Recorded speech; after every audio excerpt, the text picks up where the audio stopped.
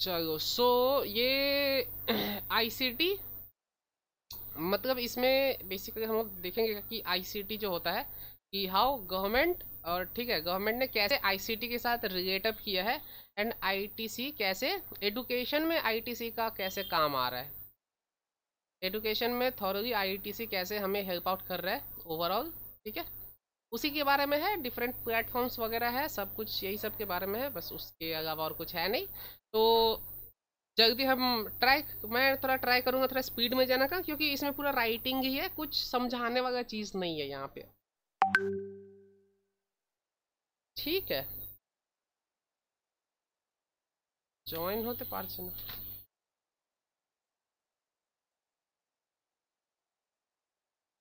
Joining এ তো কিছু issue হচ্ছে না।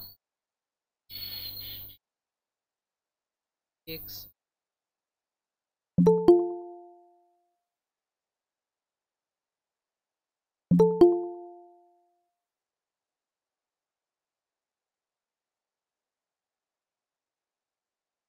ठीक। सो ये रहा आईसीटी। ठीक है। सो यहाँ पे information and communication technology in education is the mode of education that uses information and communication technology to support, enhance and optimize the delivery of information.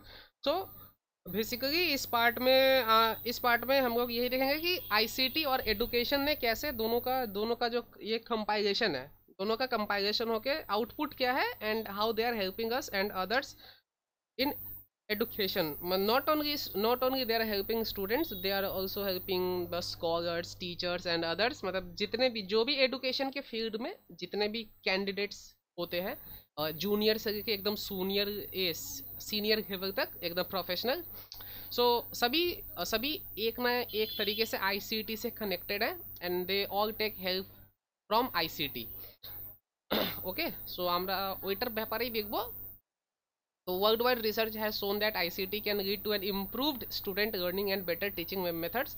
So worldwide research করে ওটা এটা পেয়েছে যে ইন্টারঅ্যাক্টিভ টাইপের ক্লাস হরে, ঠিক আছে, improved student learning and better teaching methods.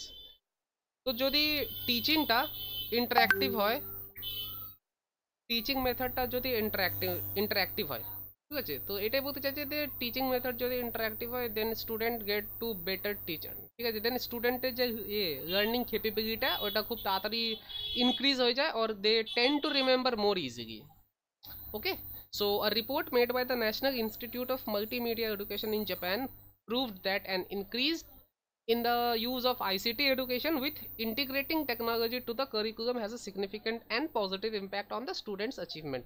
तो Japan में एक स्टडी हुआ था जापान में, सो वहाँ पे रिसर्च ने ये बताया कि आईसीटी का अगर यूज़ हम करें एडुकेशन के साथ और उसको इंटीग्रेट करें, अभी जो जैसे जैसे मतलब टेक्नोलॉजी में तो रोज़ कुछ ना कुछ नया आ ही रहा है, तो जैसे जैसे नया टेक्नोलॉजी जो भी आ रहा है, आईसीटी और एडुकेशन, यहाँ आईसीटी है एंड एडुकेशन है, अपना जगह दोनों है, तो दोनों मर्ज किया हुआ है ऑलरेडी। बट उसके साथ जो भी टेक्नोलॉजी अपकमिंग, ठीक है, अपकमिंग ये टेक्नोलॉजी सब है, उसको अगर हम इम्प्लीमेंट करते जाए इसके अंदर, जैसे जैसे उसको इम्प्लीमेंट करते जाएंगे, उससे हो क्या रहा था कि ओवरऑल वहाँ पे दिखा क्या कि स्टूडेंट का जो अचीवमेंट है उस पर और पॉजिटिव इम्पैक्ट ही आ रहा था, कुछ नेगेटिव इम्पैक्ट नहीं आ रहा था, पॉजिटिव इम्पैक्ट आ रहा था। अब वो स्टूडेंट अगर पढ़ने वाला है तो पॉजिटिव ही इम्पैक्ट आएगा, और स्टूडेंट अगर वैसे स्टूडियस नहीं है तो वो फिर नेगेटिव ही है, क्योंकि वो स्टूडियस है ही नहीं, तो उसका फिर कोई बात ही नहीं है, फिर बात ही अलग है। तो ये छोटा सा इंट्रो था कि आईसीटी एंड एडुकेशन कैसे रिलेटेड है। मेनली आईसीटी क्या करता है, एडुकेशन को कहना चाह रहा है कि आईसीटी एडुकेशन को एनहेंस करता है, बेटर लर्निंग प्रोवाइड करता है, बेटर कम्युनिकेशन मेथड प्रोवाइड करता है, एंड आईसीटी से अगर कुछ इम्प्लीमेंट किया जाए एडुकेशन को तो वो बहुत आसानी से याद रह जाता है, और स्टूडेंट को भी ये सब इंटरेक्टिव लगता है। तो ये था मेनली इंट्रो पार्ट, इसमें ज़्यादा कुछ है नहीं, बस ये ऐसे रीडिंग, एक दो बार रीडिंग दोगे तो याद हो ही जाएगा। नेक्स्ट हमारे पास क्या है कि न्यू ट्रेंड, तो कैसे आईसीटी में, ठीक है। सो introducing ICT into education is the answer for those who ask how can we increase the reach of our institution to large number of students. So for example अभी हम लोग देखें कि यहाँ पे यही कहना चाह रहा है कि अगर जैसे एक ऑफलाइन इंस्टीट्यूशन है, সো এখানে ধরো একটা অফলাইন ইনস্টিটিউশন আছে, এবার এখানে লিমিটেড স্টুডেন্টস, ঠিক আছে, এখানে ম্যাক্সিমাম ধরো এখানে ক্যাপাসিটি হচ্ছে 25, ম্যাক্সিমাম এটা একটা offline institution with a maximum capacity of 25। So not only এটা 25 একবারে না, ডিফারেন্ট ব্যাচ ধরে নাও 10টা করে আছে, 30 ধরে নাও, দেন 10টা স্টুডেন্ট করে 3টে ব্যাচ আছে, অ্যান্ড এরা সবাই সেম ক্লাস, এর ক্লাসেস আর সেম। সো দেখো কি হয়, ওই একটা টিচার আছে, দুটো টিচার আছে ধরে নাও, দুটো টিচার, এই এই তিনটে এই তিনটে এখানে রইলো, তিনটে ভাগ রইলো, 10টা করে 3টে ব্যাচের স্টুডেন্ট রয়েছে, অ্যান্ড ওদেরকে দুটো টিচার পড়াচ্ছে, আর ওদের সবার সেম ক্লাস। এখানে ব্যাপারটা হচ্ছে কি, যে যেই জিনিসটা ফার্স্ট ব্যাচকে একটা স্যার পড়াচ্ছেন, সেকেন্ড ব্যাচকে একটা অন্য স্যার পড়াচ্ছেন, আবার ওই দুজনের মধ্যে কেউ একটা থার্ড ব্যাচকে পড়াচ্ছেন। এখানে ব্যাপারটা কি হচ্ছে, একই জিনিসটা ওরা দিনে 3 टाइम्स पढ़ाते হচ্ছে, ঠিক আছে, मतलब एक ही चीज़ सेम स्टफ को वो लोग 3 टाइम्स वो पढ़ा रहे हैं, और बट यहाँ पे कुछ मतलब उनका तो सब कुछ एफिशिएंसी, ठीक है, जो पोटेंशियल वो सब भी वो इंक्रीज हो रहा है, बट जो आउटपुट चाहिए उनको अभी इससे लार्ज नंबर तक पहुंचना है। सपोज उनको 30 के ग्रेटर जाना है, they want to reach more than 30 students, so how they can do that, with the help of ICT they can easily implement. So ICT implement करने से यहाँ होगा क्या, जैसे ये इंस्टीट्यूशन है, ये ऑनलाइन है, यहाँ पे ऑफलाइन बैचेस भी होता है एंड ऑनलाइन बैचेस भी होता है। तो जैसे क्लासेस रिकॉर्ड हो गया, तो जो ऑनलाइन में जिसको पढ़ना है तो वो यहाँ ऑनलाइन से पढ़ेगा, जो ऑफलाइन क्लास में था तो वो क्लास में पढ़ेगा, एंड अगर किसी को यहाँ पे रिपीट में भी देखना है, अगर किसी को कोई कंसेप्ट समझ में नहीं आता है तो उसको रिपीट में भी देखना है, तो वो फिर से उस चीज़ को देख के समझ सकता है। बट अगर सिर्फ वो ऑफलाइन में है तो ये फैसिलिटी अवेलेबल नहीं है, ये फैसिलिटी अवेलेबल नहीं है, ठीक। बट ऑनलाइन में देखो तो बहुत हद तक एडवांस हो जाता है, एंड क्योंकि यहाँ पे एक टाइम में at a time you can reach up two thousands of students, तो यहाँ पे देखो कॉस्टिंग भी यहाँ पे रिड्यूस हो जा रहा है, ठीक है, और एक टॉपिक को आप 1 से 2 बार मैक्सिमम, अगर स्टिल कोई डाउट रिमेनिंग है तो मैक्स टू मैक्स 2 टाइम्स, तो 2 टाइम्स से ज़्यादा का यहाँ पे नीड है ही नहीं, अनलेस एंड अनटिल मतलब उसको स्पेशल ट्रीटमेंट दिया जाए किसी चाइल्ड को, मतलब for a topic to be explained, 2 time से ज़्यादा का यहाँ पे नहीं चाहिए, क्योंकि एक तो रिपीटेड है, तो रिपीटेड में देख देख के स्टूडेंट समझ जाएगा कि डाउट कहाँ पे हो रहा है, एंड फिर उसके बाद एक डाउट का क्लास हो जाएगा तो सब क्लियर। जबकि अगर ऑफलाइन इंस्टीट्यूट में देखें तो ऐसा फैसिलिटी हमें अवेलेबल नहीं है कि ऑफलाइन में गए, एक सर पढ़ा रहे, उनको भी तो स्ट्रेस होगा ना, वो पढ़ाए जा रहे हैं, और at the same time next दिन जाके कोई स्टूडेंट बोला सर कल जस्ट आपने जो पढ़ाया था वो मुझे समझ में नहीं आया, तो प्लीज़ समझा दीजिए। तो for this is not possible, ऐसा नहीं है कि टीचर समझाएगा नहीं, बट उसके लिए पॉसिबल है नहीं कि ऐसा एक एक करके सब आएगा और उसको समझाए, ठीक। तो ऐसा कुछ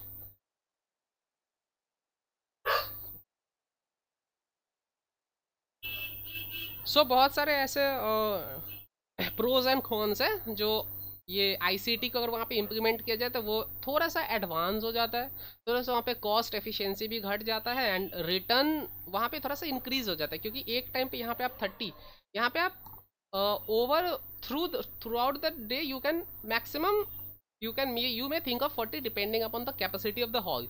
बट अगर हम लोग ऑनलाइन का बात करें तो एट अ टाइम आप 100 भी हो सकता है, 1000 भी हो सकता है, 10,000 भी हो सकता है, ठीक है, मतलब वो ओपन रेंज है उसका, 10,000 20,000 डिपेंडिंग अपॉन द आप कितने आप फेमिलियर हो, कितने आप फेमस हो उसके ऊपर।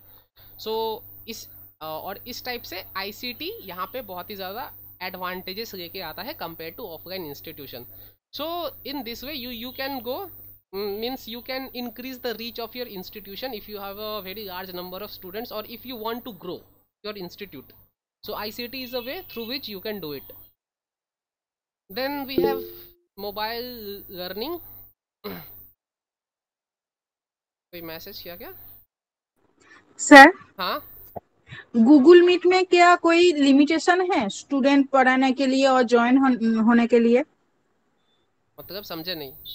जैसे गूगल मीट में आप पढ़ाते हो हाँ, तो उसमें कोई लिमिटेशन है? जैसे मतलब आप 100 स्टूडेंट्स को ही ले सकते हो, इसके ज्यादा नहीं ले सकते हो, ऐसे कुछ है? पता नहीं, गूगल मीट में तो शायद नहीं होना चाहिए।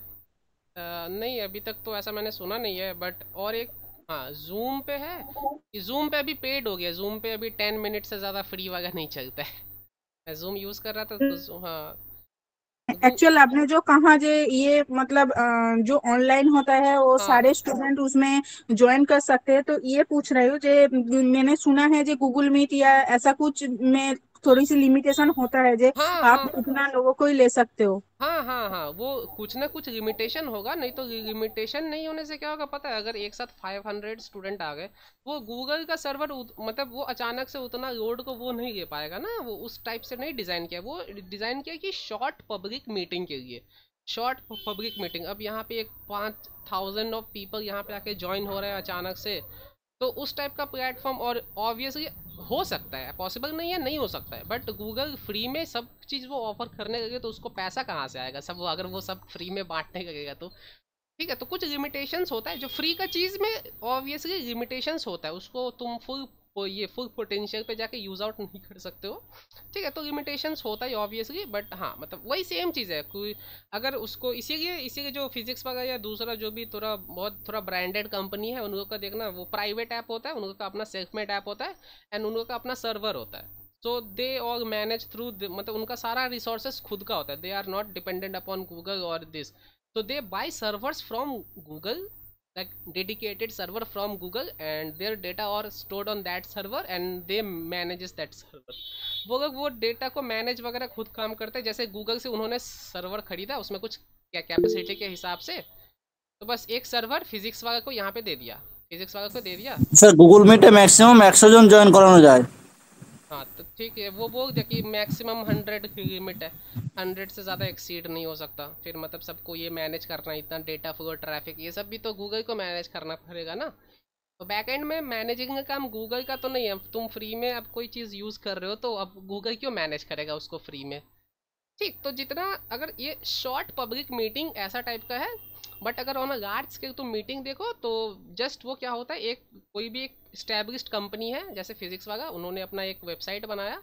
ठीक है, वेबसाइट या ये कर सकते हो, उसने उन्होंने एक सर्वर लिया।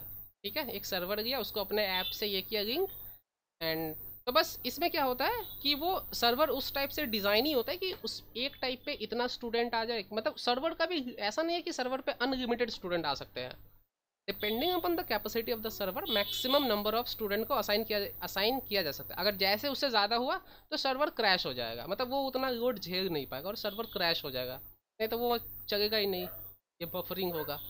ठीक है, मतलब अगर पेड भी चीज़ है ना तो उसमें भी लिमिटेशन हो सकता है, क्योंकि तुम्हारा जो फिजिकल रिसोर्सेस है उसका कैपेबिलिटी के हिसाब से, वो फिजिकल रिसोर्सेज के हिसाब से डिपेंड करता है हाउ मेनी स्टूडेंट्स वहाँ पे ज्वाइन हो सकते हैं। ठीक है, या मैक्सिमम, बट अभी के डेट में ऐसा इशू नहीं आता, क्योंकि जैसे अगर अचानक से कोई इंक्रीज़ हुआ तो सर्वर तो क्लाउड सर्वर होता है, तो उसको अपग्रेड किया जा सकता है फटाक से। जैसे अगर अचानक से तुम्हारा सर्वर का कैपेसिटी 10,000 था और 12,000 स्टूडेंट हो गया, तो तुम सर्वर को अचानक से तुम मतलब इंस्टेंट 20,000 तक, ये इतना तुम खर्च सकते हो कि तुम्हारा सर्वर 20,000 तक का ट्रैफिक झेलेगा, उतना स्ट्रॉन्ग तुम बना सकते हो, तो ऐसे होता है। बट जो प्राइवेट कंपनी है उनका ज़्यादा एफिशिएंट होता है, क्योंकि वो लोग प्रॉपरली उसी काम के लिए यूज़ करते हैं, बट जो फ्री वाला या ये पब्लिक डोमेन में जो सब अवेलेबल है उनका बहुत ज़्यादा लिमिटेशंस होता है। ठीक है, ओके। सो नेक्स्ट हमारे पास है मोबाइल यस लर्निंग। सर। ठीक है, नेक्स्ट भी है मोबाइल लर्निंग। मोबाइल मतलब यहाँ पे वो फ़ोन वगैरह नहीं, मोबाइल यहाँ पे है remote mobile, here I mean to say remote. ठीक, ये मोबाइल लर्निंग मतलब ये यहाँ पे रिमोट लर्निंग, लाइक यू, जैसे यहाँ पे तुम लोग सब अपना अपना घर में बैठे हो और मैं अपना घर में बैठा हूँ, still you can get the education by sitting at your home. So this is called remote learning, and इसका एक नाम, this is just a name for this type of method, is called mobile learning और M learning. So it is a form of e-learning, is a rising trend where education has outgrown the physical constraint of the classroom and acquired mobility. Students can access information whenever and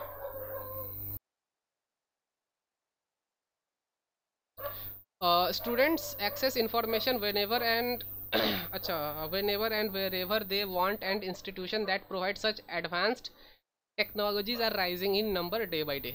तो I am learning, जैसे एक कोई student है वो remote location पे है, जैसे वो कोलकाता में है, एक ऑफलाइन सेंटर में है, अगर वो कल को कहीं दूसरा जगह शिफ्ट भी हो जाता है, तो पहले ये होता था कि दूसरा जगह शिफ्ट हो जा रहा हो तो तुम वहाँ जाकर तुम एडमिशन ले रहे हो to a new institute, but now things have changed because of the ये टेक्नोलॉजी.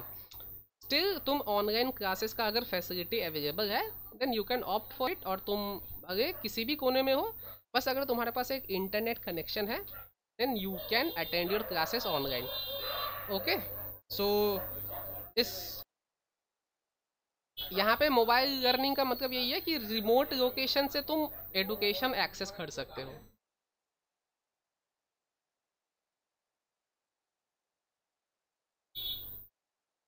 ठीक है, बस यही है. और it is rising in number day by day, जैसे बायजूस, वेदांतु, फिजिक्स वगैरह, मतलब कुछ ना कुछ रोज़ आता ही जा रहा है. तो ऑब्वियसली बहुत धीरे धीरे ये फील्ड भी धीरे धीरे मतलब सैचुरेशन में जा रहा है, बट ऑब्वियसली जो अच्छा है वो तो सर्वाइव करेगा ही. ठीक है, जैसे यूट्यूब पे भी सब फ्री है, बट स्टिल देखो यूट्यूब पे सब फ्री है, मतलब यूट्यूब पे सब कुछ मिल जाएगा through all over the net. अगर तुम सर्च करोगे ठीक से, टेलीग्राम पे तो लाइक सब कुछ फ्री है. टेलीग्राम पे देखोगे तो मतलब जो पेड वाली चीज़ तो तुमको फ्री में मिल जाएगा, तो फ्री में सब कुछ मिल रहा है. स्टिल देखो, स्टिल लोग यूट्यूब पे नहीं जाके पेड वाली चीज़ में ज़्यादा ये फोकस करते हैं, बिकॉज ऐसा फिलोसॉफी है कि मतलब अगर पैसा दे रहे हैं तो वो कुछ ना कुछ बेटर मतलब रिटर्न वहाँ से आएगा. फ्री का चीज़ में किसी को इंटरेस्ट नहीं रहता है, तो फॉर दैट रीज़न कि फ्री होते हुए भी एक पेड वाला सिनेरियो है जो सर्वाइव कर जा रहा है. ठीक, तो वो एक चीज़ हो गया. तो यही मोबाइल लर्निंग है कि तुम एक जगह बैठ के भी थ्रू आउट द वर्ल्ड कहाँ पे कुछ भी हो रहा है तुम किसी भी घटना को देख सकते हो. तुम एडुकेशन भी यहाँ पे बैठ के तुम यूएस में भी मतलब यहाँ पे बैठे हुए तुम यूएस के क्लासेस भी अटेंड कर सकते हो थ्रू रिमोट एक्सेस. ये सब मोबाइल लर्निंग है, और ये सब वही आईसीटी को एडुकेशन में जाने के बाद ये सब चीज़ हुआ है. सो ये हो गया. मतलब इसमें ज़्यादा कुछ याद करने को है नहीं, मैं बस फरा रहा हूँ, बस एक बार सुन लो फिर रीडिंग देना, बस हो जाएगा. बाकी जो सब ग्रीन में मार्क किया हुआ है इसके बाद कुछ आएगा, ग्रीन में मार्क्ड है, बस उसका नाम और फुल फॉर्म बस उतना ही याद करना है, उससे ज़्यादा कुछ नहीं. और एक दो चीज़ और होगा वो मैं मार्क करके बता दूंगा अभी. ये बस ऐसे ही है जैसे यहाँ से है वेरियस, नहीं ये वगैरह नहीं याद. हाँ, ये बस एक बार रीडिंग करके ना कि मतलब क्या क्या डिवाइसेस वगैरह यूज़ होता है आईसीटी बनाने में, क्या क्या डिवाइसेस. सो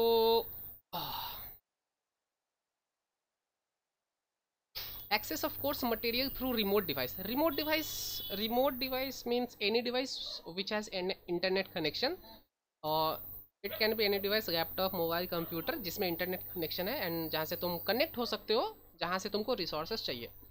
सो देखो क्या क्या है. Online digital repositories for lectures, course materials and digital library, online cloud based academic management system, employing the flipped classroom concept, making use of handheld computers, tablet computers, audio players, projector devices. Also the rising number. हाँ, ये एक important है, ये मैं mark कर दे रहा हूँ.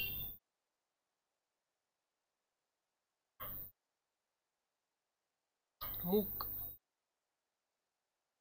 Massive open online course.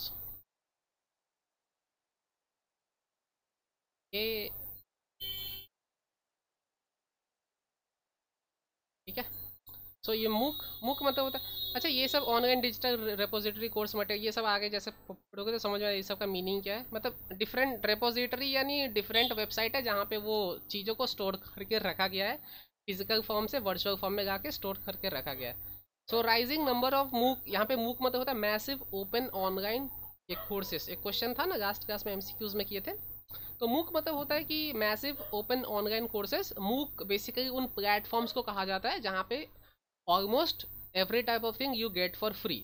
So Coursera is one of them. Examples भी तुम याद रखना है क्योंकि एग्जाम्पल से तो पूछता ही है. ठीक है, तो Coursera, Khan Academy, EDX tells us that there is a huge demand for off the classroom learning facilities. The future of our institution will depend on whether or not they can satisfy those needs simply. ठीक है, so different, like you can open online classes but the type of education you are providing your institution is totally based on that. তুমি কি ধরনের facility provide করাচ্ছ online থেকে তুমি স্টুডেন্টদের সাথে কিরম ভাবে connected. So these are the some measures that तुम्हारा स्टूडेंट और टीचर का इंटरेक्शन वर्चुअल वे में अगर तुम जितना पॉजिटिव रख पाते हो उतना तुम्हारा इंस्टीट्यूशन उतना ज़्यादा ऑनलाइन में रन होगा। एंड जैसे अगर तुम बस नाम के लिए चला रहे हो कि हाँ पैसा नाम के लिए चला रहे हो, तो बस वैसे फिर बाईजूस जैसा हाल ऐसा कुछ हो जाएगा। ठीक है, मतलब उतना सबसे वही तो है, जाइंट वही है, स्टिल वो तो लॉस में ही चल रहा है वैसा कुछ, बट वहीं पे at the same time physics वगैरह इज गेनिंग, बट फिजिक्स वगैरह बहुत पॉपुलर है। ठीक, तो बस वही से नहीं होगा कि मतलब एडुकेशन में कुछ वो एडवर्टीजमेंट नहीं चलता है, क्वालिटी चलता है। क्वालिटी अगर चलेगा तो तुम्हारा इंस्टीट्यूट वैसे ही चलेगा। If you are not able to provide quality तो फिर वो तुमको बंद करना ही पड़ेगा ultimately. So these are the Coursera, Khan Academy, EDX, these are all the free platform. So free platform here you can get every type of stuff in for education. They are referred to as MOOC platforms. ठीक है, so MOOC basically platform है जहाँ पे हमको सब कुछ किसी भी टाइप का एडुकेशन के लिए सब कुछ फ्री में अवेलेबल होता है। ठीक, तो ये वाला याद करना, ये इंपॉर्टेंट है, टिक मार दिया हूँ। ये एज इट इज़ PDF, मतलब PDF भेजेंगे तो यहाँ पे मार्क क्या हुआ ये आ जाएगा। ठीक है, तो ये हो गया MOOC के बारे में। एंड नेक्स्ट अभी देखते हैं use of ICT in education. So ICT का यूज क्या क्या है, minimal use ICT, use of ICT in education. तो बेसिकली 3 टाइप्स का होता है। ये भी कुछ एक ही जैसा सुनने में लगता है बट तीनों डिफरेंट होते हैं। ठीक है, ये 3 टाइप है, एक ये सेकंड टाइप है, ये थर्ड टाइप है। सो ICT एडुकेशन में यहाँ पे सबसे मिनिमल यूज़ ऑफ ICT होता है। Minimal use of ICT like तुम्हारे पास कोई रिसोर्स है या तुमने सोचा मैंने एक पेपर टाइप किया, ठीक है, मेरे पास मैं एक इंस्टीट्यूशन चलाता हूँ, वहाँ पे 5 स्टूडेंट्स हैं। ठीक है, वहाँ पे 5 क्यों गई, वहाँ पे 5 स्टूडेंट्स हैं, 2 4 5। ठीक, और मैंने क्या किया, मैंने प्रिंट निकाला और 5 को मैंने एक एक प्रिंट यहाँ पे थमा दिया, कोई एक इम्पॉर्टेंट नोट्स। ठीक, तो यहाँ पे मैंने थमा दिया, तो मैंने क्या किया, मैंने एक वहाँ पे मैंने कुछ नोट्स बनाया या जेरोक्स कह सकते हो। तो मैंने एक ऐसे हैंड रिटन नोट बनाया पेन से, फिर मैंने उसका 5 कॉपी जेरोक्स निकाला एंड इन 5 स्टूडेंट्स में डिस्ट्रीब्यूट कर दिया। तो अगर ऐसा टाइप का बहुत जहाँ पे मिनिमल यूज़ ऑफ ICT, यहाँ पे टेक्नोलॉजी का थोड़ा इस्तेमाल हुआ है क्योंकि मैंने जेरोक्स शॉप में गया और मैंने 5 जेरोक्स निकाला, तो वो जेरोक्स मशीन ने somehow it helped me to get 5 xerox. So for that reason ये वाला जो एग्जांपल है ये आएगा ICT एडुकेशन में, जहाँ पे बहुत मिनिमल यूज़ ऑफ ICT होता है, एक बेयर यूज़ एकदम, मतलब वो 1 या 2 वहाँ पे फेज होता है, उसमें हम ICT यूज़ कर, जैसे हम प्रिंट निकाल लिए या जेरोक्स या किसी टाइप का ये किए जेरोक्स। सो ये सब ICT एडुकेशन के अंदर में आता है। ICT सपोर्ट, सो এটা একটু ক্লিয়ার হলো না, আরেকবার একটু বলে দেবেন? আচ্ছা ঠিক আছে, এখানে হচ্ছে ICT এটা হচ্ছে 3টে টার্মস এডুকেশন, ICT এডুকেশনে এটা হচ্ছে 3টে টার্মস, একটা হচ্ছে ICT education, ICT supported education, ICT enabled education. So ICT education হয় কি যেখানে ICT ইউজ একদম মিনিমাল হয়। ধরো আমার একটা ইনস্টিটিউট আছে, ওখানে 5খানা স্টুডেন্ট রয়েছে, এবার আমি কি করলাম, আমার একটা নোটস রয়েছে, খুব ইম্পর্টেন্ট নোটস, ঠিক আছে, এবার 5 জনকে আমাকে দিতে হবে। তো 5 জনকে আমি তো হাতে লিখে তো দেবো না, পেন আর পেপারে 5টা পাতা তো আমি একই জিনিস 5বার লিখে দেবো না, কারণ আমি জানি আমি একবার লিখে এটাকে আমি যদি 5 কপি জেরক্স করে নিই, যদি 5 কপি জেরক্স করে নিই দেন সিম্পলি আমার কাজটা ইজি হয়ে যাবে। আমি একবার লিখবো, 5 কপি জেরক্স নেবো, 5 জনকে দিয়ে দেবো, আমার কাজটা খুব সিম্পলি হয়ে গেল। এবার আমি এখানে যে টেকনোলজি ইউজ করছি জেরক্স মেশিন, ঠিক আছে, জেরক্স মেশিনটা আমি ইউজ করলাম, এইটা এক ধরনের টেকনোলজি, তো তুমি বলবে এটা এক ধরনের technical equipment. So we are using this technical equipment only, for that reason it is an example of ICT education. ICT এডুকেশনে কি হয় যে তুমি টেকনোলজি খুব মিনিমাল ইউজ করো, ঠিক আছে, খুব মানে ধরো একটা কম্পোনেন্ট, যেখানে আমি শুধু এখানে জেরক্স মেশিনটা ইউজ করেছি বা তুমি একটা অন্য বা তুমি ধরো কিছু প্রিন্ট করতে চাইছো, প্রিন্ট করে কাউকে তুমি কিছু ফটো বা ছবি তুমি প্রজেক্টের জন্য রাখবে, এখানে আমি কি করব, শুধু একটা করব প্রিন্ট। সো এই টাইপের যত ধরনের এক্সাম্পল যেখানে আইসিটি কম্পোনেন্ট মানে যেখানে টেকনোলজি কম্পোনেন্ট মানে একটা বা দুটোতেই আমাদের কাজ হয়ে যাচ্ছে, so such type of examples comes under ICT education. Okay, so इसका कोई डेफिनेशन नहीं था, एग्जाम्पल था तो मैंने समझा दिया। जहाँ पे मिनिमल यूज आईसीटी का मतलब मिनिमल यूज, लाइक एक कंपोनेंट यूज हो रहा है, जैसे जीरोक्स मशीन, प्रिंट निकालने में कंप्यूटर लगेगा और वो मतलब प्रिंटर लगेगा, 2 मशीन, बस इतना सही। ठीक, तो ये सब आता है आईसीटी एडुकेशन में। नेक्स्ट আমাদের হচ্ছে ICT supported education. ICT supported education large number of distance education universities and programs uses ICT to support the print content that they deliver to students. This is also something called multimedia education where multiple media are used to support learning.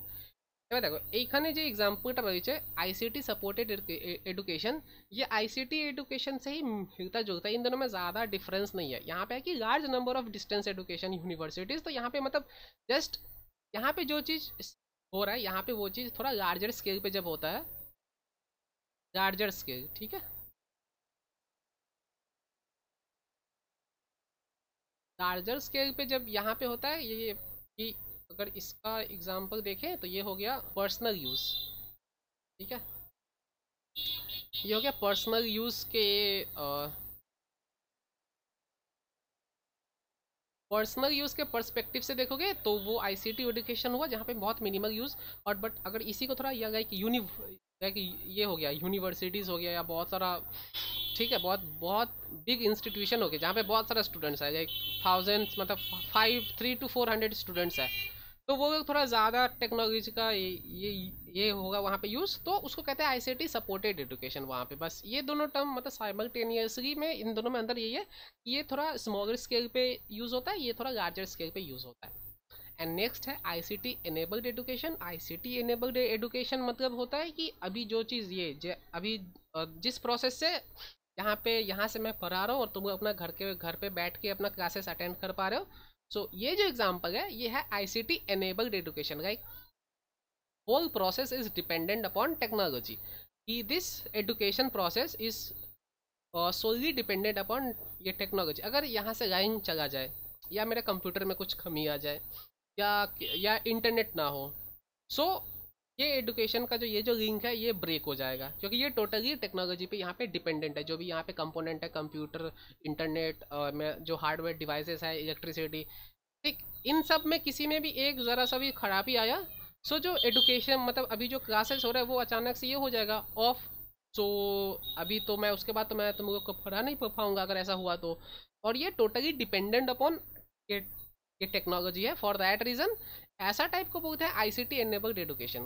तो ICT enabled education में वो सारे examples आ जाते हैं जहाँ पे technology fully utilise हो रहा है, कि मतलब वो एडुकेशन टेक्नोलॉजी पे है, टेक्नोलॉजी एडुकेशन पे नहीं है। वो जो भी क्लासरूम कोई एक टीचर है या कोई एक ऐसा ऑर्गेनाइजेशन है, वो जो एडुकेशन प्रोवाइड कर रहा है उसका टेक्नोलॉजी उसका बेस है। अगर वो टेक्नोलॉजी एग्जिस्ट नहीं करेगा तो वो फर्दर उसको प्रोसेस कर ही नहीं पाएगा, वो एडुकेशन पहुंचा ही नहीं पाएगा टू डिफरेंट स्टूडेंट्स। सो उसमें क्या होता है आईसीटी वहाँ पे भरपूर यूज़ होता है। जैसे उसमें ऐप्स आ गए, लाइक किसी एक कंपनी है, कंपनी XYZ है, उसने ऐप बनाया, फिर उसने एक सर्वर खरीदा, फिर वहाँ पे उसने कंटेंट डाला, फिर उसने एक ऐसा वेबसाइट बनाया, प्रमोट किया, फिर वहाँ से स्टूडेंट का वो साइनअप आया, फिर स्टूडेंट ने वहाँ पे एडमिशन लिया। ये देखो यहाँ पे वो पहले ऐप बनाएगा, फिर सर्वर पे जाएगा, फिर एक वेबसाइट बनाएगा, फिर उसको एडवर्टाइजमेंट करेगा, यहाँ से स्टूडेंट का इन्फॉर्मेशन लगेगा, स्टूडेंट्स वहाँ पे फिर एनरोल करेंगे, ठीक, और फिर स्टूडेंट वो उनका एपीके डाउनलोड करेंगे, फिर साइन अप करेंगे। तो ये टोटली पूरा आईसीटी पे ही है। बस वो लोग क्या कर रहे हैं, मतलब फिजिकल फॉर्मेट से एक वर्चुअल फॉर्मेट में जो भी ये उन लोग का जो भी मटेरियल है स्टोर करके रख दे रहे हैं for the betterment of student. But ये जो यहाँ पे जो भी प्रोसेस हो रहा है इसे पूरा टेक्नोलॉजी बेस्ड है। अगर कहीं पे भी थोड़ा सा भी कहीं पे दिक्कत आता है ये पूरा लिंक ही डिसकंटिन्यू हो जाएगा, ठीक। सो सच टाइप ऑफ जो एग्जांपल्स है वो आईसीटी एनेबल्ड एडुकेशन से आता है। सो इस पार्ट से भी कुछ क्वेश्चन तो मैंने देखा नहीं था अभी तक, बट था तो मैंने सोचा मैं लिख देता हूँ, ठीक है।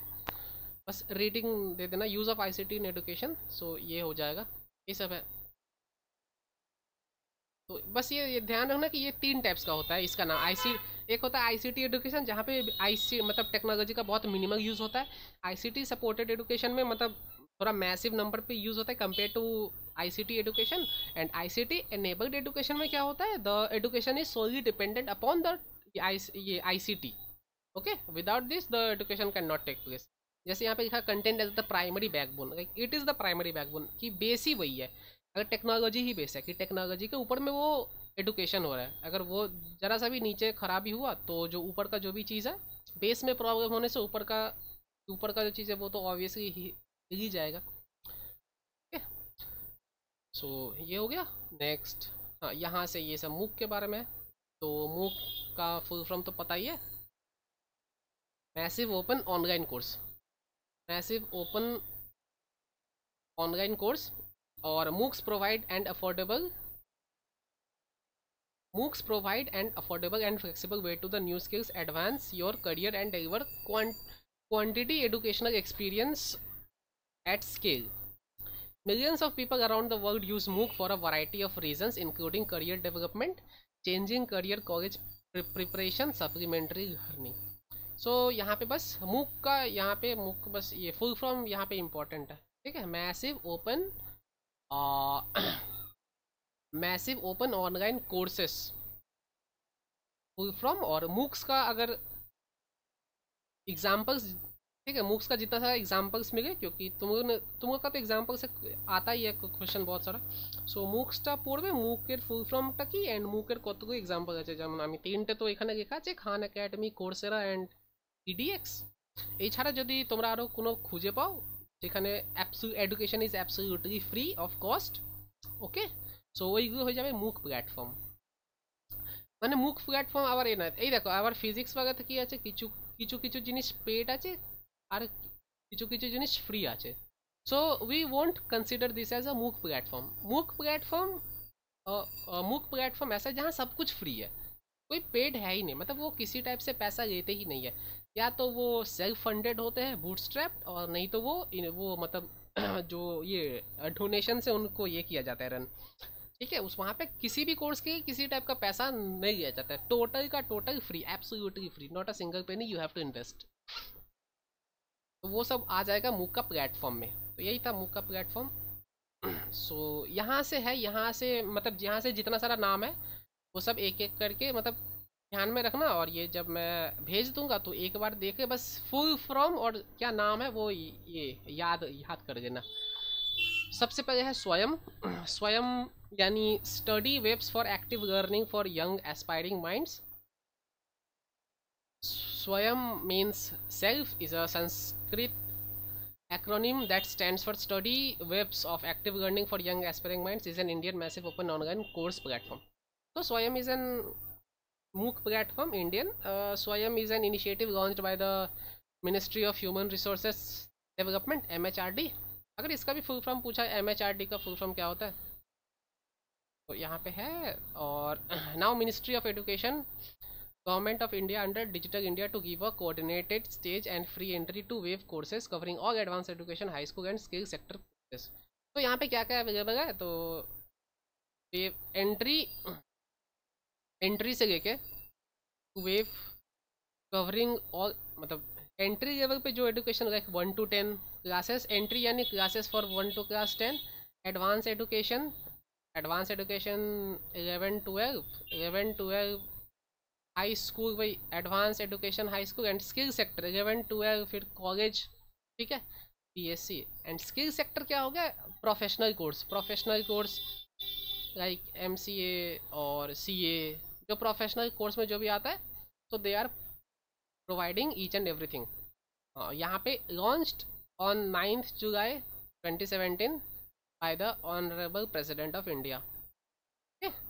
सो 9th July 2017 को लॉन्च हुआ था by the honourable president. And Swayam, ये नाम देखना, Swayam study webs for active learning for young aspiring minds, बस इसका यही है। और ये संस्कृत एक्रोनिम है जिसका मतलब स्वयं मीन्स सेल्फ, स्वयं तो पता ही होगा, ठीक, एक्रोनिम। सो ये था स्वयं के बारे में। नेक्स्ट स्वयं प्रभा। सो स्वयं प्रभा क्या है? स्वयं प्रभा एक 32 DTH चैनल्स का ये है, ठीक। Swayam Prabha is a group of 32 DTH channels devoted to telecasting of high quality educational program 24/7 basis. So Swayam Prabha क्या है? 32 DTH चैनल्स का एक ग्रुप है जहाँ पे continuously high quality education program help किया जाता है 24/7।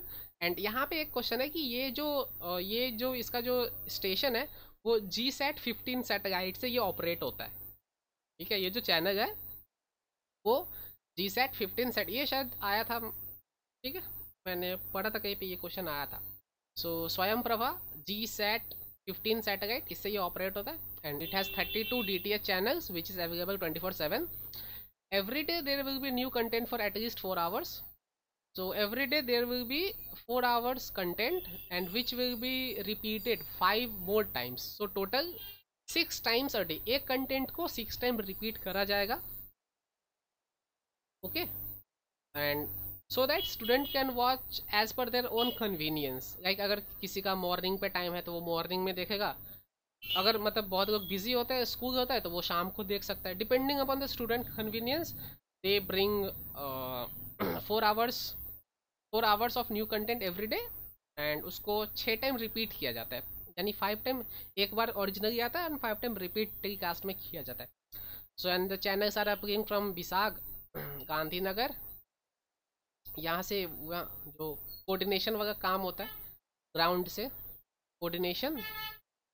कोऑर्डिनेशन वगैरह काम यहाँ से होता है BI, ठीक है, गांधीनगर। और वो जो सैटेलाइट यूज़ करते हैं वो GSAT 15, ठीक।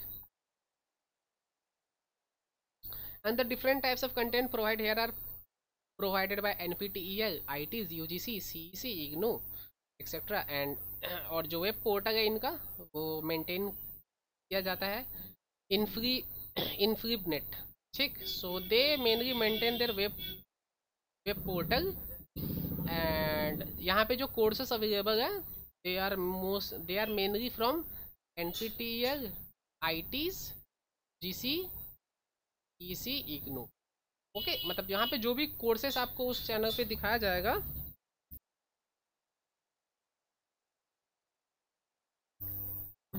वेट अ सेकेंड,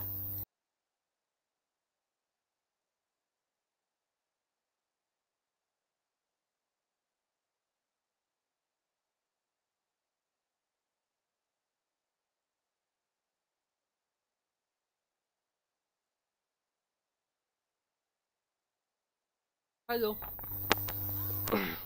ठीक है। सो क्या है कि यहाँ पे जो भी कोर्सेस वगैरह अवेलेबल है ना वो सब या तो NPTEL से होंगे, नहीं तो वो जो रेपुटेड ITs है वहाँ से होते हैं, नहीं तो UGC से होते हैं, CE से होता है, नहीं तो IGNOU से। और इनफ्लिबनेट क्या है, इनका वेब पोर्टल मेंटेन करता है। तो बस ये जो छोटा छोटा मेन चीज़ है, बस इतना, जो थ्योरी वगैरह जो भी पार्ट है वो सबको डायरेक्ट स्किप कर जाना, रीडिंग करना, बस याद करने का ज़रूरत नहीं है। याद वही जो मेन नाम है, स्वयं Prabha, number of channels 32 DTH, और कौन सा सैटेलाइट से ऑपरेट होता है तो GSAT 15, एंड कहाँ पे, और ये और नीचे में कहाँ से ये उसको मेंटेन किया जाता है तो BISAG गांधीनगर से। एंड फिर और ये इनफ्लिबनेट मेंटेन द वेब पोर्टल, उनका जो वेब पोर्टल है वो इनफ्लिबनेट द्वारा मेंटेन किया जाता है। बस थोड़ा चीज़ यहाँ पे 3-4 ऐसा मतलब वर्ड ही है, सेंटेंस भी नहीं है, 4-5 तो वर्ड है। স্যার এটার ফুল ফর্ম মানে আলাদা করে কিছু হয় না, সোয়ামের সাথে এটা জাস্ট প্রভা। हाँ स्वयं प्रभा, हाँ যাদের যাদের ফুল ফর্ম আছে তাদের সাইডে লেখা আছে स्वयं प्रभा, মানে ওটাই, ওই সেলফ स्वयं प्रभा জাস্ট এটা স্যাটেলাইটের জন্য এই নামটা ইউজ করা হয়েছে। স্যার এটা সাল কত লঞ্চের? সরি, এটা লঞ্চের সাল কত? এটা লঞ্চের সাল তো ছিল না, দেখতে হবে, ঠিক আছে, লঞ্চের সালটা দেখা হয়নি। লঞ্চের সাল 2017, স্বয়ং এবং স্বয়ংপ্রভা দুটোরই। ठीक है, ये है, ये हो गया स्वयं प्रभा। एंड इसके बाद फटाफट करते हैं, तो ये नेशनल एकेडमिक डिपॉजिटरी NAD, ये एंड इसको डिसकंटिन्यू कर दिया गया। इसका जो अल्टरनेटिव है, अगर पूछा कि इसका अल्टरनेटिव क्या है, यहाँ से क्वेश्चन आने का चांसेस तो नहीं है, बट इसका अल्टरनेटिव क्या है, डिजी लॉकर। पहले ये नेशनल एकेडमिक डिपॉजिटरी स्टार्ट हुआ था नेट, फिर उसके बाद क्या किया, इसको डिसकंटिन्यू करके डिजी लॉकर को लाया गया। तो डिजी लॉकर ही इसको डिसकंटिन्यू करके डिजी लॉकर को लाया गया, ठीक है। तो डिजी लॉकर इसका अल्टरनेटिव है। तो अगर पूछा कि अल्टरनेटिव फॉर ये नेट, तो वो हो जाएगा DigiLocker. And the vision of national net is a born out of an initiative to provide an online store of house of academic awards like. तो जितना सारा भी गवर्नमेंट का डॉक्यूमेंट है, मार्कशीट वगैरह है, सबको एक अगर डिजिटल फॉर्म में कहीं पे स्टोर करना है तो ये वो प्लेटफॉर्म है।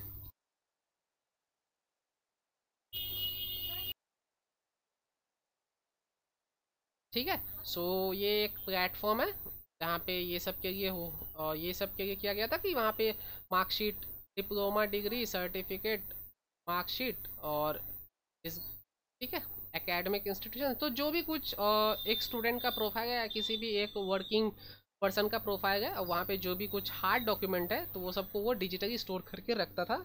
और net not only ensures easy access to the and retrieval of an academic award but also validates and guarantees its authenticity and safe storage। तो जैसे अगर अभी जैसे रिसेंट गया था कि अगर मतलब ऑनलाइन पैन कार्ड भी किसी के पास है तो उसको भी वैलिड ट्रीट करना होगा सबको। सो सिमिलरली अगर नेट के अंदर भी तुम्हारा अगर कोई भी डॉक्यूमेंट है और तुम अगर किसी को जाके अगर प्रेजेंट कर रहे हो, देन ही और she has to accept that it is a real. वो ऐसे नकार नहीं सकते that we would won't accept because ये वर्चुअली है, ठीक है। सो ये भी किया गया था from the government of India की तरफ से that it is a valid. तो ये हो गया नेट के बारे में।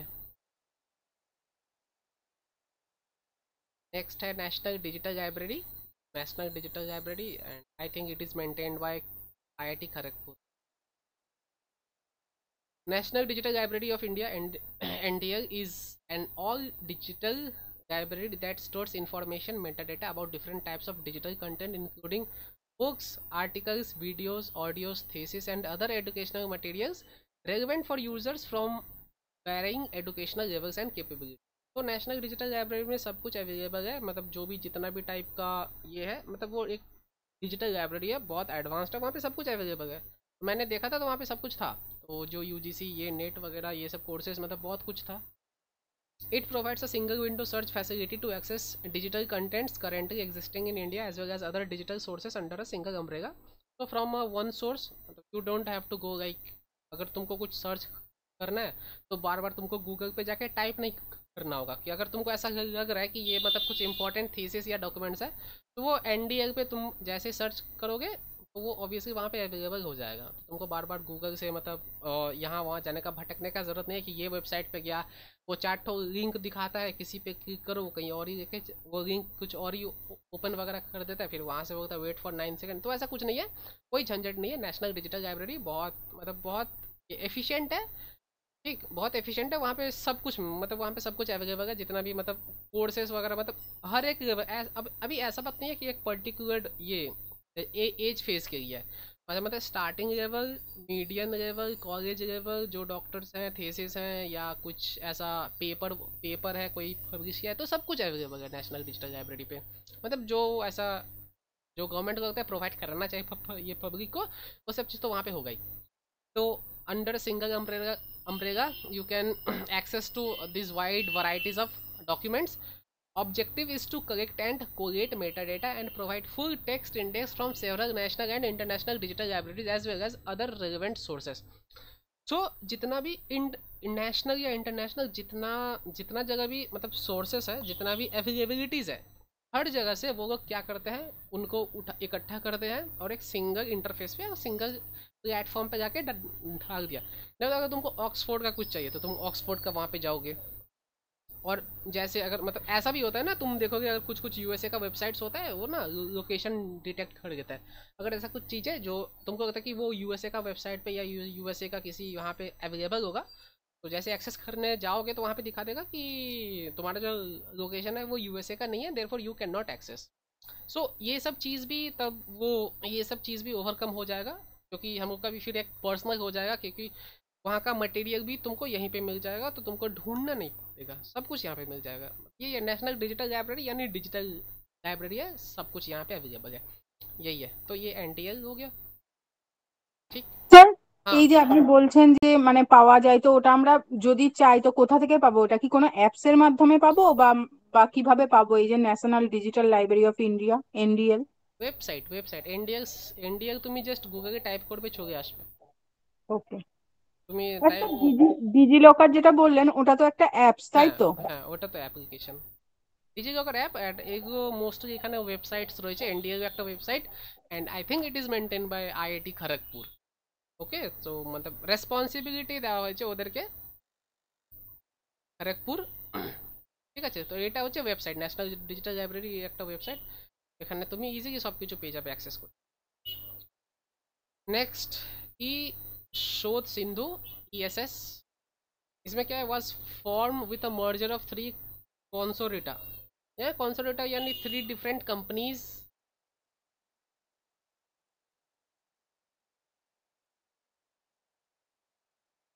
कॉन्सोरेटा यानी यहाँ पे 3 डिफरेंट कंपनी था। ठीक है, ये देखो, UGC INFONET digital library consortium NLIST and IDEST AICT consortium in December 5। तो ये December 2015 में हुआ था। एंड ये है, ये तीनों ने साथ में मिलकर बनाया ई शोध सिंधु, बिकॉज इनका जो मेन ऑब्जेक्टिव था इन तीनों कंपनी का सेम था। For that reason they all 3 came together and they created a single platform, eShod Sindhu. eShod Sindhu continues to provide current as well as archival access to more than 10,000 plus core and peer-reviewed journals, including journals and available through NLIST and a number of bibliographic, citation and factual databases in different disciplines from a large number of publishers and aggregated to its members institution and including centrally funded technical institution, universities and colleges.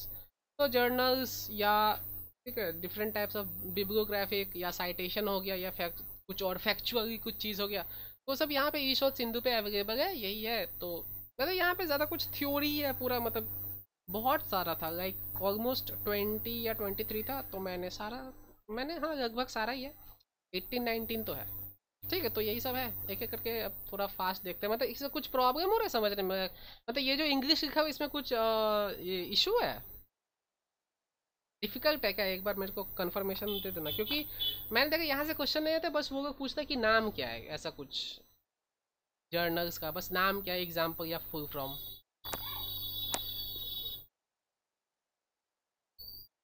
ठीक है, तो ई शोध सिंधु क्या हो गया कि वहाँ पे जर्नल्स पेपर्स अवेलेबल्स, ठीक, और ये सब अवेलेबल है। और ये तीनों कंपनी को मर्ज किया गया था, तब जाके ई शोध सिंधु का एस्टैब्लिशमेंट हुआ था। एंड वो तीनों कंपनी का नाम तो याद कर लेना, UGC INFONET digital library consortium and NLIST and INDEST AICT। इन सब का भी अगर फुल फॉर्म अगर होगा तो याद कर लेना, मैंने देखा नहीं था इन सब का भी है या नहीं। ठीक है, तो यही है ईशोध सिंधु ESS। नेक्स्ट हो गया ई यंत्र। तो project e Yantra is an initiative to spread education in embedded system and robotics. हाँ, अगर ऐसा टाइप का क्वेश्चन आ सकता है कि द इनिशिएटिव, मतलब name the initiative taken by the government to spread education in the field of embedded system and robotics, ऐसा type का। यहाँ पे कि जैसे जर्नल्स वगैरह था, तो जर्नल्स वगैरह इज प्रोवाइडेड बाय ई शोध सिंधु। एंड उससे पहले भी कुछ था, मतलब कि डिजिटल लाइब्रेरी, वो तो डिजिटल लाइब्रेरी तो वो डायरेक्ट पता चल ही रहा है। तो यहाँ पे कैटेगराइज किया हुआ कि जो रोबोटिक्स वाला पार्ट है वो ये जो इनिशिएटिव है ई यंत्र यहाँ से होगा, जो जर्नल्स वाला पार्ट है वो ई शोध सिंधु ESS करेगा। फिर जो AI वाला है वो फिर क्या है, कुछ क्या नाम था, परम, ठीक, तब AI जो सुपर कंप्यूटर है वो ये इनिशिएटिव के अंदर आएगा। सो डिफरेंट फील्ड के हिसाब से डिफरेंट इनिशिएटिव या उसको नेमिंग भी बनाया गया है। तो वो सब चीज़ आने का चांसेस है कि embedded system and robotics comes under which government initiative. Okay, so ऐसा टाइप का क्वेश्चन यू कैन एक्सपेक्ट।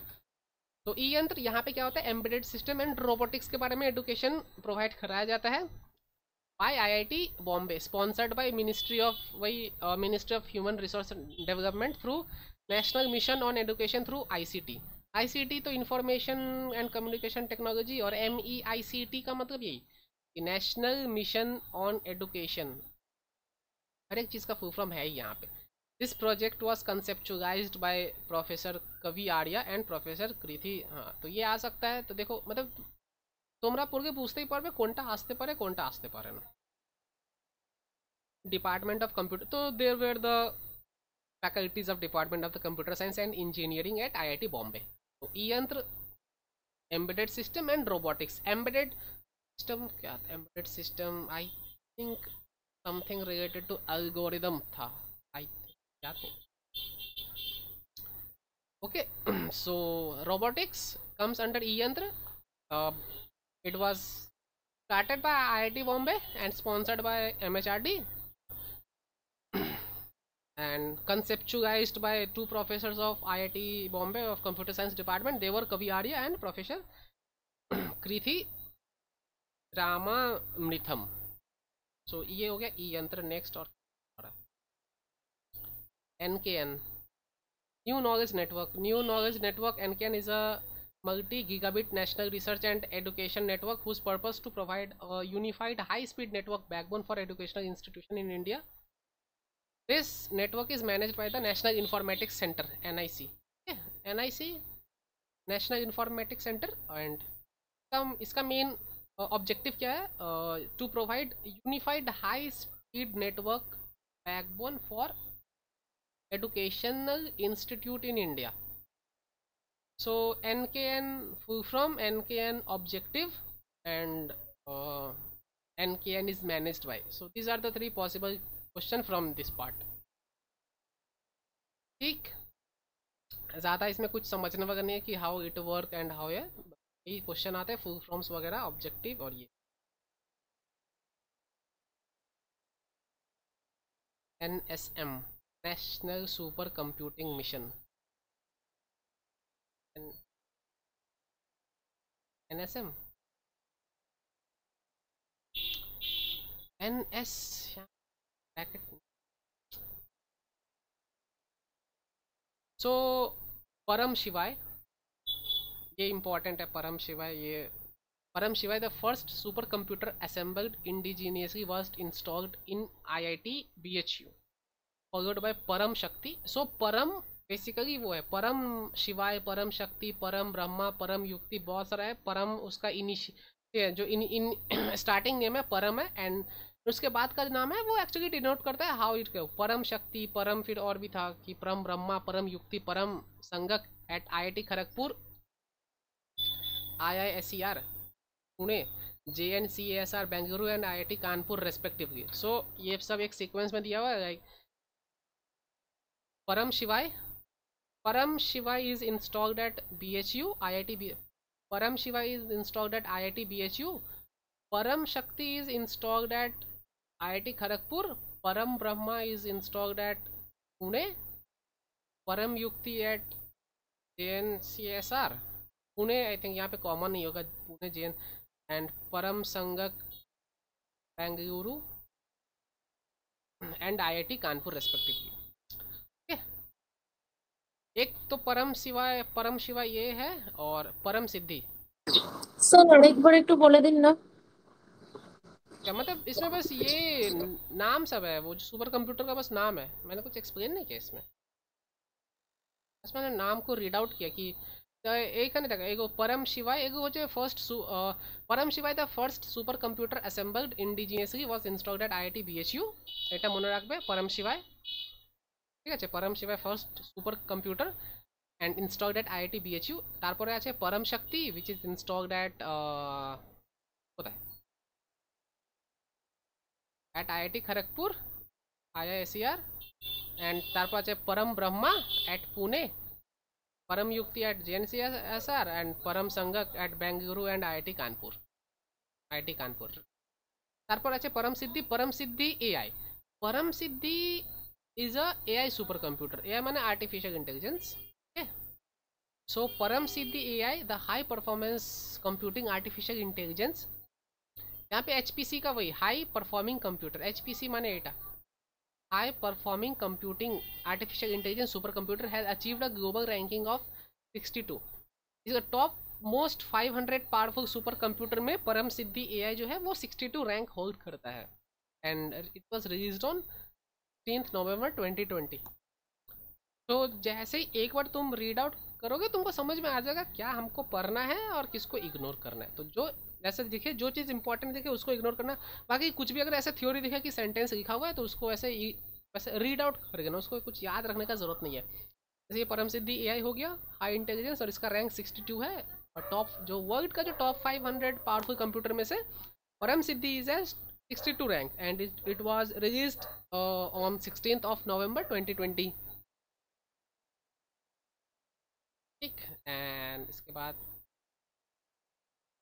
परम शिवाय। ठीक, यहाँ परम शिवाय के बारे में थोड़ा सा इंफॉर्मेशन है। National knowledge NKN is a multi gigabit national research and network whose purpose is to provide, I think ये मैंने रिराइट कर दिया। ये परम शिवाय तो कुछ ऑलरेडी है, ये नहीं है, ये कुछ शायद मैंने रिराइट कर दिया। हाँ, परम शिवाय विद्वान। हाँ, अब विद्वान क्या है? Vidwan is the premier database of profiles of scientist. हाँ, यहाँ पे देखना विद्वान। তো তোমরা দেখছো এখানে মানে বিভিন্ন বিভিন্ন রয়েছে, বিভিন্ন বিভিন্ন ইনিশিয়েটিভ রয়েছে, আর তাদের টাস্কও, তাদের যে অবজেক্টিভটা ওইটাও ডিফারেন্ট। সো মেন এটা এখানে যতগুলো তুমি দেখছো মানে যতগুলো প্ল্যাটফর্ম এখানে তোমরা দেখতে পাচ্ছ, মুখ প্ল্যাটফর্ম, তো এদের কাজ সবার কাজটা ডিফারেন্ট অ্যান্ড সব কটা গভর্নমেন্ট আন্ডারটেকেন। যেমন এই দেখো বিদ্বান, বিদ্বান is the premier database of profile of scientist and researchers and other faculty members working at leading academic institution and other research and development organization involved in teaching and research in India. It provides important information about experts background, contact address, experience, scholarly publication, skills and accomplishments, researchers identity. So विद्वानेर main objective टा की they maintains the database of profiles of scientists and researchers and other faculty members working at leading academic institution and other research and development organization involved in teaching and research in India. तो যারা খুব highly classified scientist researchers তাদের যে database মানে হচ্ছে ওদের related যত ধরনের ইনফরমেশন আছে, ওদের নাম কি, ওদের মানে অ্যাচিভমেন্ট কি, ওদের অ্যাড্রেস কি, আইডেন্টিটি কি, এইগুলো সবের এইগুলো সব যে ডিটেলসগুলো রয়েছে ওই বিদ্বান, বিদ্বান বলে যে পোর্টালটা ওইখানে রয়েছে। The database developed and maintain by information and library network centre. ঠিক, তো INFLIBNET এর ফুল ফর্ম হচ্ছে information and library network centre with financial support from. তো ফিনান্সিয়ালি এদেরকে কে সাপোর্ট করে? National mission on education through ICT, NMEICT এরা maintain করে INFLIBNET ইনফ্লিপনেট, অ্যান্ড এদের ফিনান্সিয়াল সাপোর্ট প্রোভাইড করে national mission on education, and they maintains the identity and skills accomplishment of the scientists and researchers and all the other academics who are working on some research or some development projects. इन लोग के बारे में यहाँ पे विद्वान में information stored रहता है। इनका ये विद्वान डेटाबेस का मेन ऑब्जेक्टिव यही है। हाँ, अब ये बात नहीं कि सब कुछ तुम एक्सेस कर सकते हो, ऑब्वियसली ये सब नॉर्मल पब्लिक के पास नहीं आना चाहिए ये सब एक्सेसमेंट। अब मेरे को पता नहीं ये एक्सेसिबल है या नहीं, बट आई होप सो नहीं होना चाहिए। ओके, वहाँ पे है। तो गवर्नमेंट कैन कॉन्टैक्ट डायरेक्टली, अगर गवर्नमेंट को कुछ नीड है तो गवर्नमेंट प्रोजेक्ट्स के लिए ऐसा टाइप का हो सकता है। गवर्नमेंट ने अपना ये पोर्टल बनाया हो सो दैट सिंगल प्लेस पे उनको सारा साइंटिस्ट का इंफॉर्मेशन मिल जाए, so they can recruit as per their choice depending upon the ये प्रोफिशिएंसी एग्जिट। ठीक है, जो भी उनका ये क्राइटेरिया है उस हिसाब से एक ही जगह पे उनको डेटाबेस सारा साइंटिस्ट का मिल जाए और वहाँ से वो रिक्रूट करके अपने जो भी मतलब जो गवर्नमेंट का कुछ अंडरटेकन प्रोजेक्ट्स होता है उसके लिए वैसा टाइप का डेटाबेस हो सकता है यहाँ पे विद्वान से। ठीक, और नेक्स्ट है global initiative of academic networks GIAN। ठीक है, GIAN जियान नहीं है, GIAN इज ज्ञान। ये GIAN है and it is pronounced as Gyan, like GYAAN। ठीक, जियान नहीं है, ज्ञान है।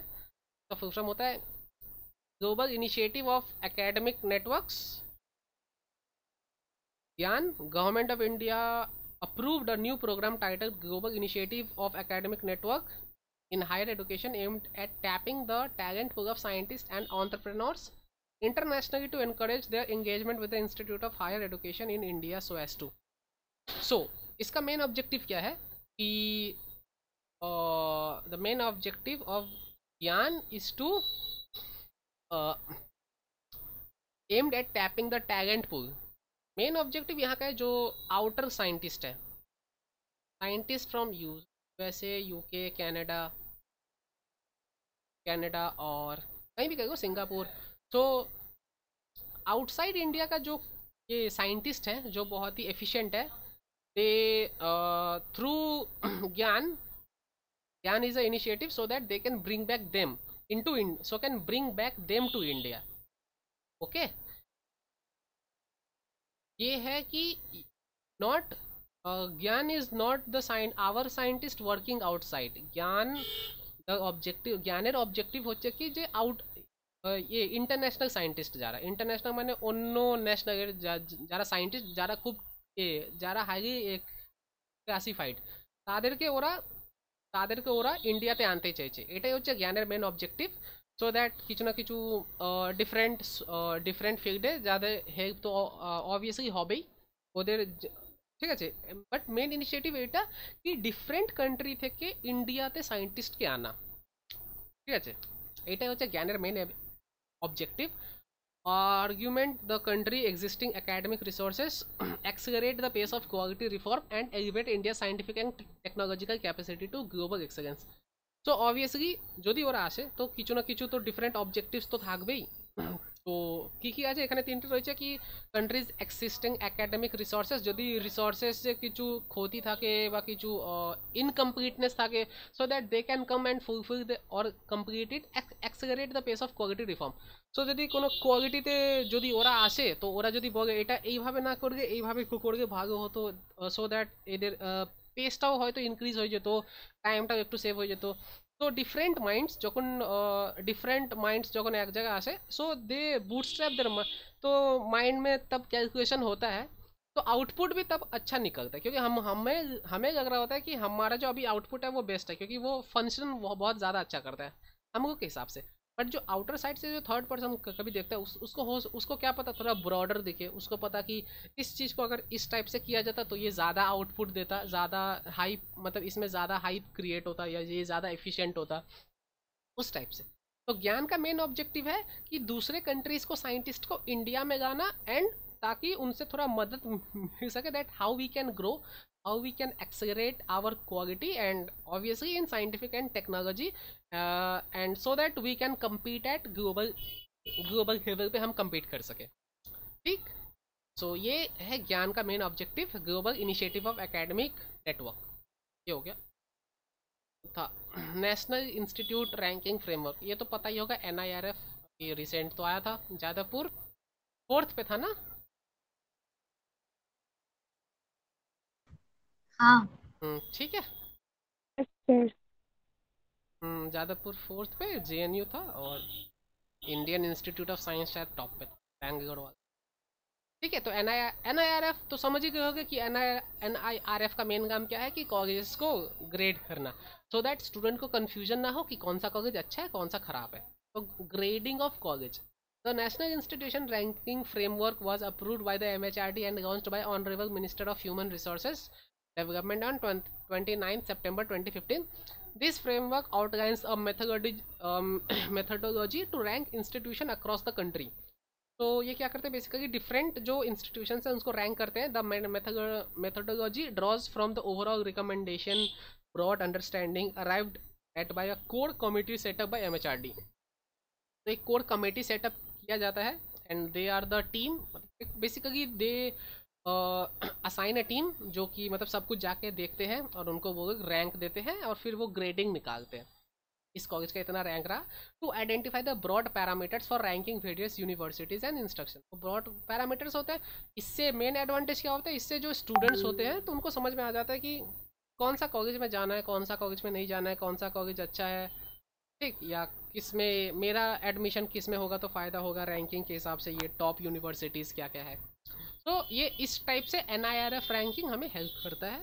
ठीक, तो यही है इसका मेन ऑब्जेक्टिव कि कॉलेजेस इंस्टीट्यूशन को ग्रेड करना, ताकि मतलब बेस्ट और एवरेज इनके बीच में डिफ्रेंशिएट किया जा सके, और जो स्टूडेंट्स हैं जो एडमिशन लेना चाहते हैं उनको किसी टाइप से प्रॉब्लम ना हो, कि अगर उनको पता चला कि मेरा लोकल में जो है वो अच्छा है, और उस फिर जाने के बाद पता चलता कि वहाँ पढ़ाई तो होता ही नहीं है, पढ़ाई छोड़ के सब कुछ होता है, तो ऐसा कोई सिचुएशन नहीं आए। सो फॉर दैट रीज़न एक रैंकिंग का ये सिस्टम लाया गया था, यही उसका ये है काम। NIRF 17 डेट और imprint Imprint is the first of its kind. MHRD supports PAN IIT plus IISc joint initiative to address the major science and engineering challenges that India must address and champion to enable, empower and embolden the nation for inclusive growth and self-reliance. The novel initiative with two-fold mandate is aimed developing new engineers education policy, creating a roadmap to pursue engineering challenges. Imprint provides the overarching vision that guides research into areas that are predominantly socially relevant. So imprint का तो full form पहले देख लेते हैं कि impacting research, innovation and technology. So first of its kind MHRD supported PAN IIT plus IISc joint initiative to address the major science and engineering challenges that India must address.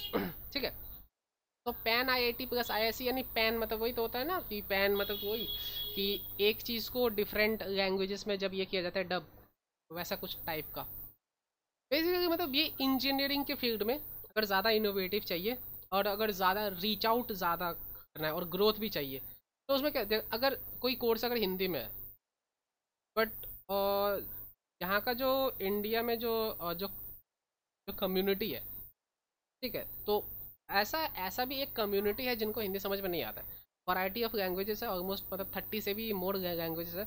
30+ language में अगर एक चीज़ को convert कर दिया जाए तो understanding में उनके लिए ईजी होगा। उनको एक दूसरा लैंग्वेज नहीं समझना होगा जो कि उनके लिए ऑलरेडी, जैसे अगर एक कोई सोचो एक कुछ इंस्ट्रक्शन है जो हिंदी में, अभी एक साउथ का कोई एक इंसान है, अब उसको समझ में नहीं आ रहा है, तो for that reason he first have to learn Hindi. वो पहले हिंदी सीखेगा तब जाके वो सीख पाएगा, ठीक है। तो उसका तो डिफ़िकल्टी लेवल एक इंक्रीज़ हो गया ना, तो क्या पता वो स्टेप बैक कर जाए और क्या पता वो अच्छा इंजीनियर हो।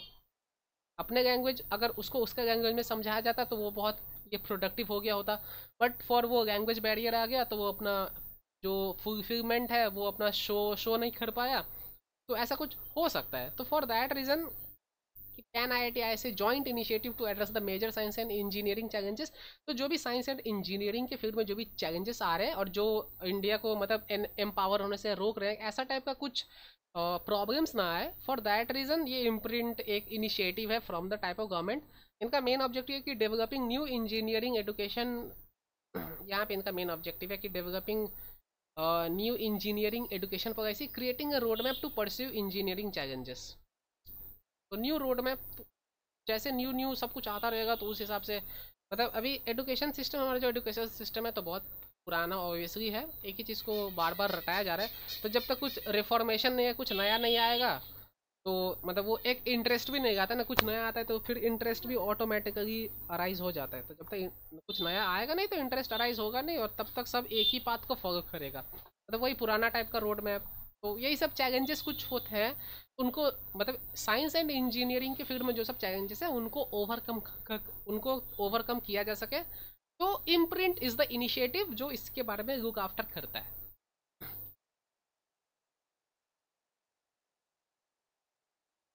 साक्षात भी एक टाइप से ये है पोर्टल, एडुकेशन पोर्टल है। The pilot project Sakshat, a one-stop education portal launched on October 30, 2006. 6 है ये, हाँ 6. By His Excellency the then President of India to facilitate lifelong learning for students, teachers and those in employment or in pursuit of knowledge free of cost to them. The content development task for Sakshat was looked after by the Content Advisory Committee for the respective subject.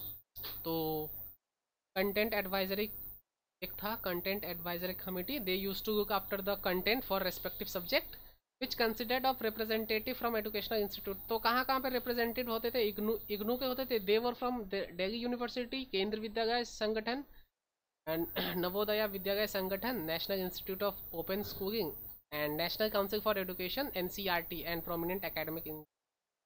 सो ये student के लिए एक one stop education ये portal है, 30 अक्टूबर 2006 में launch हुआ था। And एक कमिटी भी असाइन किया गया था ताकि हर एक सब्जेक्ट में जो भी मतलब मैटर है या कंटेंट है वो प्रोवाइड कराया जा सके। एंड यहाँ के कुछ रिप्रेजेंटेटिव्स थे, वो कहाँ से थे? मतलब दिल्ली केंद्र विद्यालय, and they were the representatives which who were taking part in साक्षात। ठीक, तो ये वन स्टॉप एजुकेशन पोर्टल में बेसिकली एजुकेशन पोर्टल वैसे मूक की तरह ओपन ऑनलाइन एजुकेशन प्लेटफॉर्म है। एक टाइप से ये मूक का ही कह सकते हो, एक सबसेट है, मूक का छोटा भाई ऐसा टाइप का कुछ। फ्री ऑफ कॉस्ट ये भी पोर्टल है। डिजिलॉकर तो पता ही है सबको, लॉकर UID है Aadhaar. DigiLocker is a platform for issuance and verification of documents and certificate in a digital way, thus eliminating the use of physical documents। Physical document का बहुत सारा हार्म है, या तो वो खो जाएगा, वो ख़राब हो जाएगा, तो ये सब चीज़ को ओवरकम करता है डिजिलॉकर, एंड ये वैलिड है। एंड इसमें कहाँ से ऑथेंटिकेशन आधार से होता है। And organization that are registered with DigiLocker can push electronic copies of documents and certificates directly into citizen lockers। तो जो सब भी ऑर्गेनाइजेशन है जो डिजिलॉकर के साथ जुड़े हैं, अगर उनको वहाँ पे जो भी कैंडिडेट है उनका डेटा अगर अवेलेबल होता है तो वो डायरेक्टली उनका डेटा डिजिलॉकर में, उनके जो पर्सनल डिजिलॉकर अकाउंट है वहाँ पे सेंड आउट कर सकते हैं। Citizens can also upload scanned copies of their legacy documents in their accounts. These legacy documents can be electronically signed using the e-sign facility। e-sign भी हो जाता है, e-sign आधार मतलब OTP से ऑथेंटिकेट करना, तो वो उसको e-sign माना जाता है। ठीक, तो ये डिजिलॉकर हो गया। डिजिलॉकर तो पता ही है। NPTEL ये भी था, national program on technology enhance छूट गया क्या? ना मिसप्रिंट है।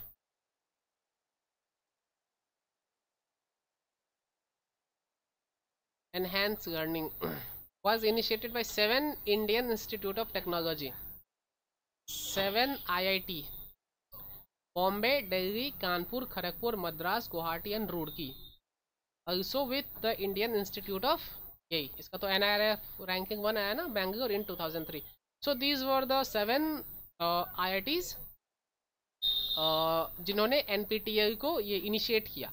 5 core disciplines were identified, namely CI engineering, computer science and engineering, electrical engineering, electronics and communication engineering, and mechanical engineering, and 235 courses in web video format were developed in this phase। तो ये सब courses इन्होंने design किया था। 5 core ये था, उसमें से 235 ये उनका 5 कोर डिसिप्लिन था, मतलब 5 कोर ये मेन सब्जेक्ट इन्होंने ये स्टार्ट किया था NPTEL के इनिशिएटिव के अंदर। And other 235 course in web video format, मतलब ऑनलाइन वीडियो फॉर्मेट में इन्होंने स्टार्ट किया था। I7 तो नहीं पूछेगा, हो सकता है कुछ पूछते कि ऑड वन आउट या which of the following did not were a part of NPTEL, ऐसा क्वेश्चन आ सकता है, क्योंकि 7 तो नहीं ना देगा हु वर द पार्ट, और विच वो चार्ट दे देगा जिसमें से एक पार्ट नहीं रहेगा, तो वो which of the following was not a part of NPTEL, ऐसा टाइप का क्वेश्चन आ सकता है। 4 ऑप्शन दे दे जिसमें से एक नहीं है, तो चारों IIT है बट एक ऐसे यहाँ पे तो 7 ही IIT है ना, ऐसा कुछ IIT देती है जो है नहीं। ठीक, तो वैसा कुछ टाइप का क्वेश्चन आ सकता है यहाँ से। बाकी सब यही है, मतलब पूरा बस नाम पता होना चाहिए एंड उसका ऑब्जेक्टिव पता होना चाहिए एंड बेसिकली वो किस फील्ड में काम कर रहा था, यही सब है। बाकी सब ऐसे बस थ्योरी सब है, और कितना है। शोध Gangotri, research scholars, research supervisors in universities are requested to deposit electronic version of approved synopsis submitted by research scholar to the universities for registering themselves for the PhD program। PhD program में मुझे पता नहीं है PhD programme में होता क्या है, तो जो भी है तो शोध गंगोत्री का मेन है कि are deposit electron of approved synopsis.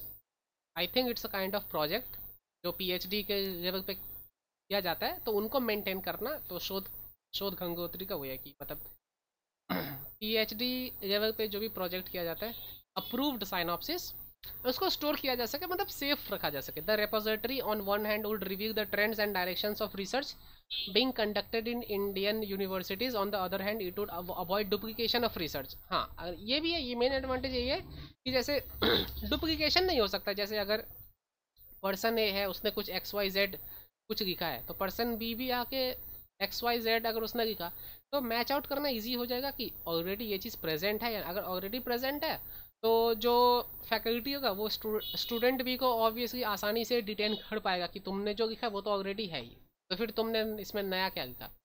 ये इजी डुप्लीकेशन ऑफ कंटेंट उतना इजीली नहीं होगा। Synopsis in Shod Gangotri would later be mapped to full text thesis in Shod Ganga. As such, once the full text thesis is submitted for a synopsis, a link to the full text thesis would be provided from Shod Gangotri to Shod Ganga। तो ये next step है कि शोध गंगोत्री है, फिर कुछ हो मतलब प्रॉपर कुछ हो जाएगा तो देन इट विल क्या मतलब उसको मूव ऑन किया जाएगा शोध गंगा पे। ये मैं बस यही था कि पीएचडी के वाला कुछ ऑस्कर नहीं ना, हाँ ये लास्ट है। ऑस्कर क्या है, हाँ ऑस्कर भी याद करिए ना, क्योंकि ये एनिमेशन के आप लुक आफ्टर करते हो। कुछ है कि कुछ बहुत सी यूनिक है।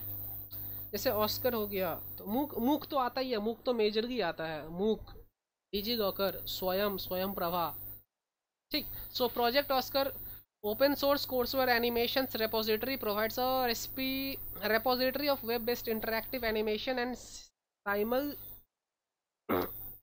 that we refer to as learning objects. These learning objects span topics in science and engineering at the college level and math and science at the school level.